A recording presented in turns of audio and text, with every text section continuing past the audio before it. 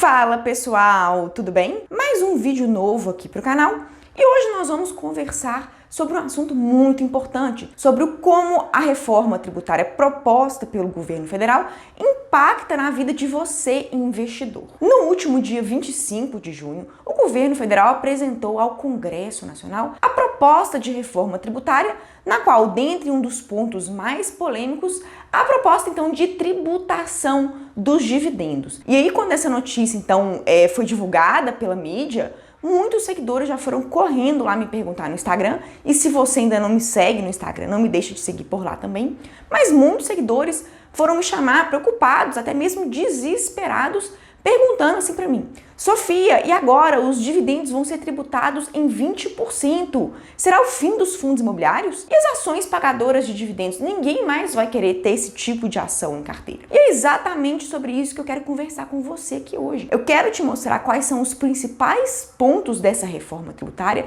como ela afeta você, investidor, e quais são as perspectivas dessa tributação para as ações e para os fundos imobiliários. Mas antes de partir para o conteúdo, eu queria te dar aqueles recadinhos de sempre, para você dar o like nesse vídeo e para você se inscrever no canal e ativar o sininho, para sempre que vier um vídeo novo por aí, você ser notificado em primeira mão. Mas agora vamos então partir para o conteúdo lá na tela do meu computador, onde eu quero mostrar para você, tintim por tintim, desse projeto de lei, que é então a chamada reforma tributária. Bom, pessoal, então esse daqui é o projeto de lei entregue pelo governo federal no último dia 25 de junho para o Congresso Nacional, e ele tomou então o número 2337 de 2011. E aqui tem todas as novidades então que o governo pretende alterar na legislação para poder fazer então a chamada reforma da Previdência, com o fim principal de aumentar a arrecadação de impostos. E aqui o próprio governo então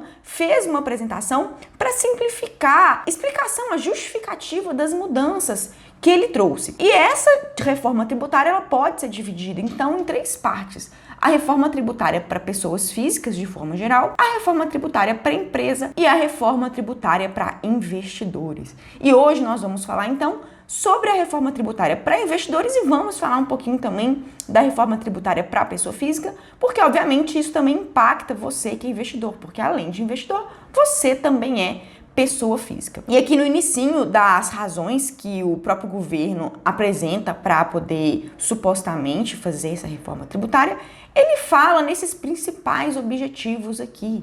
Ele fala que com a reforma tributária haverá simplificação e menos custos. E, na verdade, eu não sei menos custos para quem, né? Talvez para ele, porque para o contribuinte, certamente o volume de impostos a ser pago de forma global vai ser maior. Aqui ele fala também em segurança jurídica e transparência, e particularmente um governo que fica mudando legislação tributária e que, ao invés de simplificar, ele cria mais regrinhas, coisas mais difíceis para a gente poder acompanhar, não colabora nem um pouco para a segurança jurídica e transparência. Mas tudo bem, né? Vamos acreditar, fingir que isso daqui é a realidade. Ele fala também em redução de distorções e fim de privilégios. Nós vamos ver aqui mais para frente se isso mesmo vai acontecer. Ele diz em manutenção de carga tributária global, mas a conclusão em que eu chego é que haverá uma maior arrecadação de tributos, e a arrecadação de tributos em patamares crescentes é uma tendência que a gente tem visto não só aqui no Brasil, como no exterior. Cada vez mais os governos estão endividados e para arcar com essas dívidas, então é natural que esses governos queiram arrecadar mais dinheiro por meio de impostos. O que aqui no Brasil eu acho que é sempre lamentável, porque nós temos um governo que gasta muito e que gasta muito mal. Quando a gente fala de pagar impostos, eu sinceramente não me incomodaria se eu visse esse dinheiro sendo bem empregado, sendo empregado em serviços públicos de qualidade, como saúde, educação e segurança pública. Mas pelo contrário, cada vez mais a gente vê que o nosso dinheiro recolhido por meio de impostos tem uma destinação pior aqui dada pelos nossos governantes. Mas feita essa ressalva, vamos avançar aqui na proposta do governo. Ele fala em combate à sonegação fiscal, neutralidade nas decisões econômicas e mais investimento em emprego. E será que é isso mesmo que vai acontecer quando essa reforma, se aprovada da forma que ela foi trazida pelo governo, vai acontecer? E é isso então que a gente vai ver hoje. Avançando aqui mais na apresentação, como eu tinha adiantado para vocês, essa reforma tributária ela se baseia em 3 passos. Primeiro, alterar alguns aspectos da tributação da pessoa física, da pessoa jurídica em segundo plano e em terceiro plano sobre os investimentos financeiros. E hoje nós vamos falar então sobre a pessoa física e sobre os investimentos financeiros, porque isso que basicamente vai afetar o seu dia a dia e a sua vida como investidor. E que na parte de pessoa física, um dos poucos pontos positivos dessa reforma, ao meu ver, é a atualização da tabela de imposto de renda. Desde 2015 que a nossa tabela de imposto de renda ela não é atualizada, mas apesar dela não ser atualizada, a inflação desde 2015 ela é crescente, ela acumula mais de 40% e é óbvio que os nossos salários, pouco a pouco, mesmo que não seja na mesma velocidade da inflação, eles são reajustados para tentar, ao menos parcialmente, manter o nosso poder de compra. E desde 2015, então, obviamente, que grande parte de nós recebeu aumentos salariais, mas a tabela de imposto de renda ela não é reajustada, fazendo com que esses aumentos salariais, que na verdade sejam tão somente reposição da inflação do período, eles fossem tributados e que o nosso salário, então, ele fosse encolhendo. Porque apesar dessa reposição inflacionária ter sido concedida, o governo, por meio dessa tabela de imposto de renda, que é reajustada em raríssimos momentos, ele passa a cobrar mais imposto de renda de você.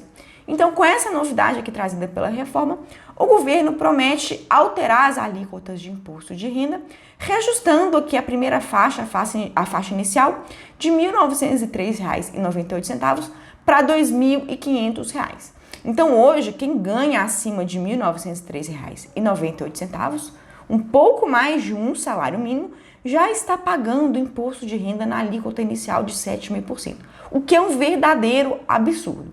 Mas com essa proposta, então, de reforma tributária, o governo tende a dilatar essa faixa inicial isenta de imposto de renda para R$ 2.500. Ou seja, quem ganha até R$ 2.500 não vai pagar nada de imposto de renda. A alíquota aqui vai estar zerada, o que é, sem sombra de dúvida, uma boa notícia, desonerar as classes mais pobres e fazer com que elas então não paguem o imposto de renda, porque uma pessoa que ganha um pouco mais de um salário mínimo ter que já pagar imposto de renda é o maior nível, o maior grau de injustiça tributária, ao meu ver.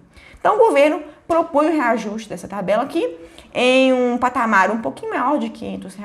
É claro que isso não cobre toda a inflação desse período em que essa tabela ficou sem reajuste, mas já é alguma coisa, já é um avanço, já é uma novidade positiva. Essa, sem sombra de dúvida, é a principal modificação do imposto de renda para as pessoas físicas. E aqui o governo mostra, então, uma simulação de como que vai ficar a cobrança de imposto de renda para algumas faixas salariais. Então, a gente vê que para quem ganha até R$ 4.000, a redução do imposto de renda retido na fonte vai ser significativa, o que é muito bom. Menos imposto para camadas mais pobres da população, o que é, então, um indicativo que o governo está querendo tornar o nosso sistema tributário mais justo e mais eficiente. Mas, por outro lado, o governo vai acabar com o desconto simplificado na declaração anual para quem recebe mais de R$ 40.000 por ano. E o que é isso? Hoje, quando você vai fazer a sua declaração de imposto de renda, você tem a opção de optar pelo desconto simplificado ou pela declaração no modelo completo.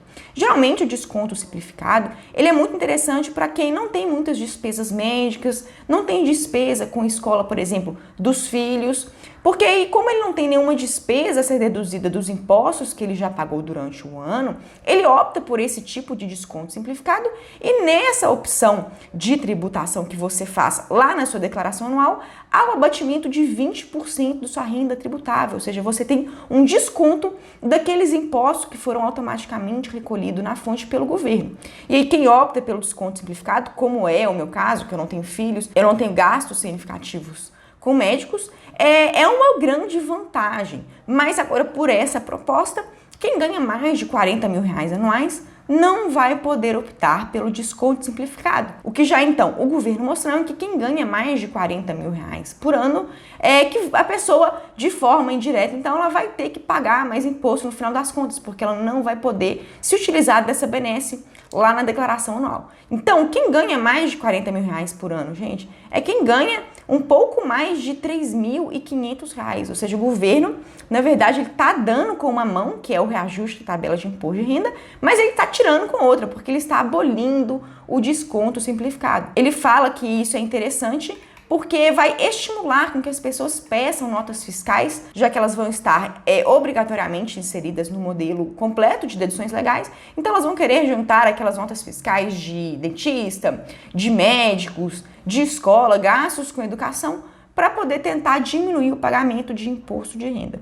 Mas, ao meu ver, isso é uma grande ilusão, porque quem já faz a declaração pelo modelo de deduções legais, o modelo completo, já pede esse tipo de nota fiscal justamente para declarar no imposto de renda. Isso aqui basicamente vai prejudicar as pessoas que optavam pelo desconto simplificado e pessoas que não necessariamente têm um poder aquisitivo elevado. Porque hoje quem já ganha mais de R$ 3.500 mensais já vai ser prejudicado por essa alteração. E na minha concepção, quem ganha R$ 3.500 hoje não é uma pessoa rica, não é uma pessoa que tem capacidade para pagar mais imposto de renda. E uma outra novidade para a reforma do imposto de renda das pessoas físicas é que vai ser possível que você atualize o valor dos seus imóveis. Hoje, você coloca na sua declaração anual de imposto de renda o valor do imóvel que você tem, caso você tenha um imóvel próprio, no preço de aquisição, aquele exato preço que você pagou para ter esse imóvel. E quando você vende, você tem que pagar uma alíquota entre 15% e 22,5% de imposto de renda sobre essa diferença entre o valor de compra e o valor de venda. E agora o governo federal vai permitir que você possa atualizar o valor desse imóvel uma única vez e sobre essa atualização você paga uma alíquota de apenas 5%, ao invés de ser essa alíquota de entre 15% e 22%, fazendo com que você antecipe o pagamento desse imposto de renda, mas que você pague então uma alíquota menor. O que é, a princípio, uma vantagem para as pessoas físicas. E basicamente, gente, essas são as principais modificações para as pessoas físicas. E agora eu quero mostrar para vocês, então, as principais alterações para você investidor, que não deixa de ser uma pessoa física, mas que são alterações mais pontuais, mais precisas sobre quem investe, sobretudo em renda variável. E aqui, gente, a principal modificação do imposto de renda para investimentos financeiros já começa com a operação em bolsa de valores. Hoje a gente tem uma isenção mensal de R$20 mil para a gente vender ativo em bolsa de valores em operações de swing trade, ou seja, que não se iniciam e não terminam no mesmo dia, mas essa isenção ela se dá de forma mensal. Quem vende então até R$20 mil em operações de swing trade tem a isenção no ganho de capital, não precisa recolher imposto de renda sobre esse lucro, sobre esse ganho que ela obtém nessas vendas mensais. Mas agora o governo, ele propõe que essa apuração ela seja feita a cada 3 meses. Então, em vez de você todo mês parar e ver se você vendeu mais ou menos de R$20 mil para apurar se há imposto a pagar, essa apuração ela vai se tornar trimestral. Você vai ter que parar e pensar, raciocinar sobre esses cálculos de isenção ou não a cada 3 meses. E tudo que você fizer dentro desses 3 meses vai entrar nesses cálculos, tanto para calcular a apuração de ganhos, tanto para apurar a apuração de prejuízos que vão poder ser abatidos nesses lucros e reduzir a sua base de cálculo do imposto de renda. E além disso, o governo unifica essa alíquota, que antes era de 15% para operações de swing trade, ou seja, essas operações que não começam e não terminam no mesmo dia, e de 20% para operação de day trade, que são aquelas feitas dentro de um mesmo dia. Então o governo vai unificar tudo para 15%, facilitando então a vida dos investidores que investem em curto prazo, que fazem operações de day trade. Então, por essa modificação, que ele unifica as alíquotas de imposto de renda para 15%, o governo está valorizando aqueles investidores que são especuladores e não os investidores que investem para o longo prazo, justamente porque ele está reduzindo a alíquota de imposto de renda de quem faz day trade. Já para a renda fixa, ele também adota esse viés de privilegiar os investidores que investem para o curto prazo. Hoje, na renda fixa, se você investe em ativos como Tesouro Direto e os CDBs, você tem uma alíquota de imposto de renda que incide sobre os rendimentos, que ela é regressiva, ou seja, quanto mais o tempo passa, ela é menor. Então, hoje, se você investe em investimentos de renda fixa, como Tesouro Direto e o CDB, você paga a alíquota de imposto de renda já retida na fonte de 22,5% sobre os rendimentos para aqueles investimentos que ficam investidos por até 180 dias. E aqui essa alíquota cai para 20% se você investe entre 6 meses e 1 ano. Depois ela é reduzida para 17,5% se você investe entre 1 e 2 anos e ela cai para o patamar mínimo de 15% para quem deixa o seu dinheiro aplicado em renda fixa por mais de 2 anos. E o governo acaba com essa tabela regressiva e ele implanta então uma alíquota única de 15%. Se você deixa seu dinheiro em renda fixa aplicado por 10 dias ou por 3 anos, você vai pagar a mesma alíquota sobre os rendimentos, uma alíquota de 15%. Então é mais uma vez o governo privilegiando o investidor de curto prazo em prejuízo do investidor de longo prazo. A gente hoje não tem nenhuma compensação, nenhum benefício por deixar nosso dinheiro, então, investido por longos períodos. E aqui há uma outra novidade para os fundos de investimento, que hoje a gente tem os fundos de investimento, à exceção dos fundos de ações, eles têm o famoso come-cotas, a incidência do imposto de renda na forma come-cotas. E o que é esse imposto de renda na forma come-cotas? É uma antecipação do pagamento de imposto de renda sobre os rendimentos desses fundos de investimentos, que é cobrada nos meses de maio e novembro. Então, todo mês de maio, todo mês de novembro, essa alíquota de imposto de renda sobre os rendimentos dos fundos de investimento, que varia de 22,5% a 15%, ela é aplicada sobre as cotas dos seus fundos, independentemente de você ter resgatado ou não. Por isso que elas são chamadas de come-cotas, porque elas incidem diretamente sobre as cotas dos fundos de investimento que você tem. Eu sempre fui uma crítica dos fundos de investimento, justamente por causa desse come-cotas. Tem inclusive um vídeo aqui no canal falando sobre isso, eu vou deixar aqui nos destaques.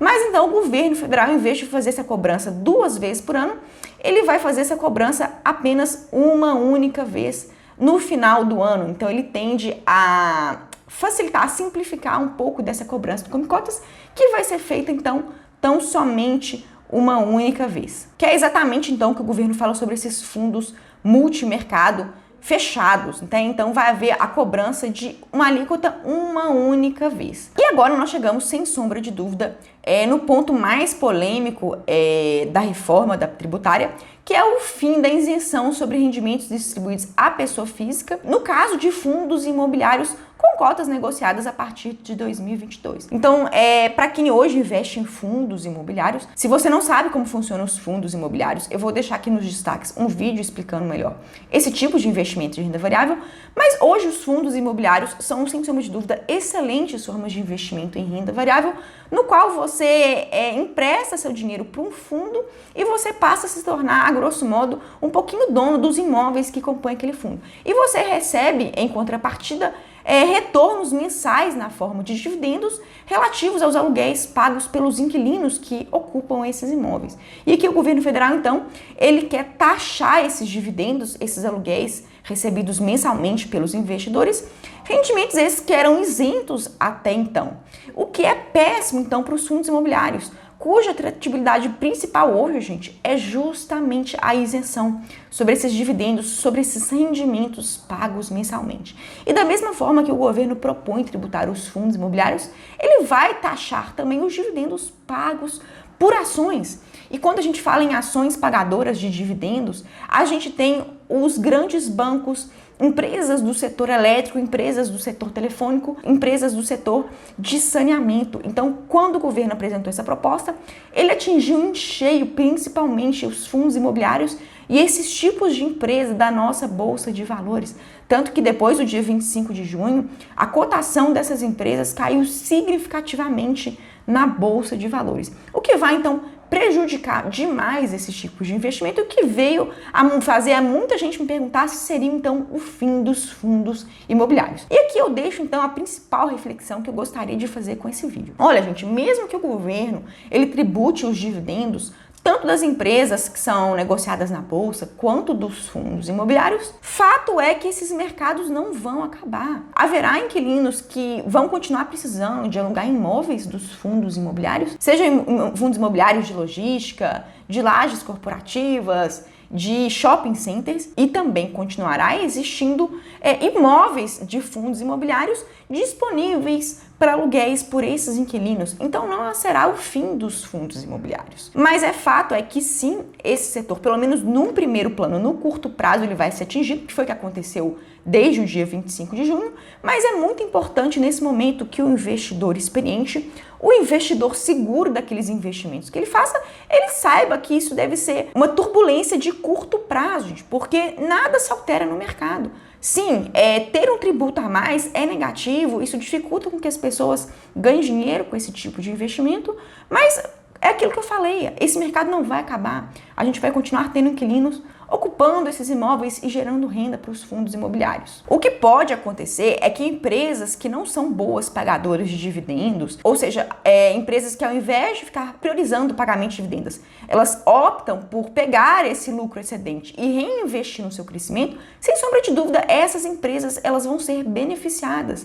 Como são casos de empresas chamadas de small caps, aquelas empresas que são empresas de crescimento, como Banco Inter, Lojas Pets, Magazine Luiza, que são empresas que basicamente não pagam dividendos e optam por crescer, reinvestir esse lucro, em detrimento de empresas mais consolidadas, como Banco Bradesco, Taesa e Sanepar. Então a gente provavelmente vai ver uma grande valorização dessas empresas de crescimento em detrimento dessas empresas pagadoras de dividendos, justamente porque os investidores vão ver mais vantagem, então, em ter em sua carteira de investimentos empresas que têm um maior crescimento das suas cotações ao longo dos anos, ao invés de ter em sua carteira empresas que pagam dividendos de forma recorrente. Então não pensem que em fundos imobiliários, empresas pagadoras de dividendos, elas vão acabar, gente. Num primeiro plano pode ter realmente uma turbulência na cotação desses ativos, mas para o longo prazo esse mercado vai continuar existindo.